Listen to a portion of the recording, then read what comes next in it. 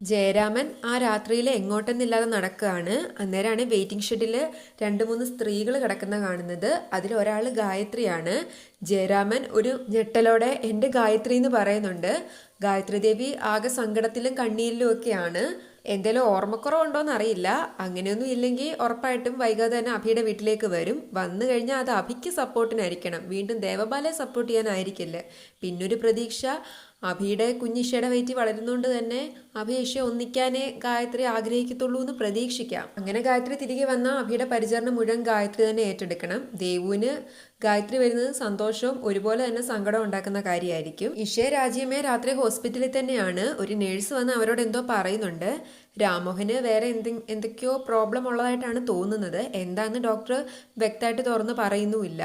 അടുത്ത ദിവസം രാവിലെ തന്നെ ചന്ദ്രബാബു അഭിഷേകിനെ കാണാൻ അവരുടെ വീട്ടിലേക്ക് ചെല്ലുന്നുണ്ട്. ദേവു മുറ്റടിച്ചോണ്ടിരിക്കുകയാണ്. ചന്ദ്രബാബുവിനെ കണ്ട് ഒരു ഞെട്ടലോടെ ദേവു വേഗം തന്നെ ദേവരാജന്റെ അടുത്ത് നിന്ന് പറയുന്നുണ്ട്, അച്ഛ ആ ചന്ദ്രബാബു വന്നിട്ടുണ്ടെന്ന്. അയാൾക്കും ഒരു ഞെട്ടലാണ്. ഇതിന് മാത്രം ഞെട്ടൽ എന്തിനാന്ന് മനസ്സിലാകുന്നില്ല. കാരണം ചന്തു എന്താണേലും അഭിയെ തിരക്കി വരൂ എന്നുള്ള കാര്യം ഇവർക്ക് അറിയുന്നത് തന്നെയാണ്. ചന്തു അകത്ത് വന്ന് ദേവരാജനോട് എന്തൊക്കെയോ സംസാരിക്കുന്നുണ്ട്. ഈ സമയത്തിനുള്ളിൽ ദേവു മിക്കപ്പോഴും അഭിയെ പോയി മയക്കിയിട്ടും ഉണ്ടാവും.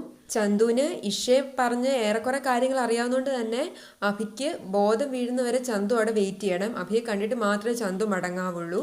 ചന്തുവെങ്കിലും ആ ഒരു മനസ്സ് കാണിക്കണം. അഭിക്കും ഇഷയ്ക്കും സന്തോഷം കിട്ടുന്ന പോലെ നല്ലൊരു എപ്പിസോഡ് എത്രയും വേഗം വരട്ടെ. ഇന്ന് പ്രമീള അടിപൊളിയായിരുന്നു. ഇതുപോലെ തന്നെ പ്രമീള മുന്നോട്ട് പോകണം.